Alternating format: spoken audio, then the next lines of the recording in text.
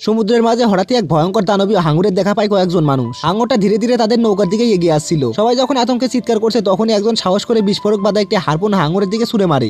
সঙ্গে সঙ্গে বিশাল বিস্ফোরণ হয় আর সমুদ্রের পানি তখন রক্তে লাল হয়ে যায়। সবাই ভেবেছিল যে দানবটা মারা গেছে, কিন্তু কয়েক সেকেন্ড পরে হঠাৎই সমুদ্রের ভিতর থেকে আবারও দানবটা বেরিয়ে আসে। তখন তারা বুঝতে পারে যে এটা কোনো সাধারণ হাঙর নয়, এটা 6 মাথাওয়ালা ভয়ঙ্কর এক দানব। বিস্ফোরণে শুধুমাত্র তার একটা মাথায় ধ্বংস হয়েছিল। কিছু বুঝে ওঠার আগে হাঙরটা তাকে তখন মুখে কামড়ে তুলে নেয়। সবাই তখন আতঙ্কে জমে যায়। মুহূর্তের মধ্যেই তখন 6 মাথার দানবটি বৃদ্ধকে টুকরো টুকরো করে ফেলে। কিন্তু খাবার নিয়ে তখন নিজেদের মধ্যেই ঝগড়া শুরু হয়। এক পর্যায়ে নিজেরই একটা মাথা তখন আরেকটা মাথাকে কামড়ে ছিঁড়ে ফেলে। এমন ভয়ঙ্কর দৃশ্য দেখে তখন বাকিরা সবাই পান বাঁচাতে সমুদ্রে ঝাঁপ দেয়। তারা তখন দ্রুত তীরের দিকে সাঁতরাতে থাকে। যারা দ্রুত সাঁতরাতে পেরেছিল তারা নিরাপদে তীরে পৌঁছে যায়, কিন্তু পিছিয়ে পড়ে দুজন প্রায় হাঙরের শিকার হতে যাচ্ছিল। ঠিক তখনই দানবী হাঙরটি পাথরের ফাঁকে আটকে যায়। সেই সুযোগে তারাও পান বাঁচিয়ে তীরে উঠে আসে। সবাই ভাবছিল যে এবার হয়তো তারা নিরাপদ, কিন্তু হঠাৎই দেখা যায় যে 6 মাথার হাঙরটি ধীরে ধীরে তীরের দিকে উঠে আসছে। দানবটা আক্রমণ করতে এগিয়ে আসতে এক সাহসী লোক তখন কুড়াল হাতে সামনে চলে আসে। সঠিক সময় বুঝে সে তখন হাঙরের প্রধান মাথায় জোরে করে আঘাত করে।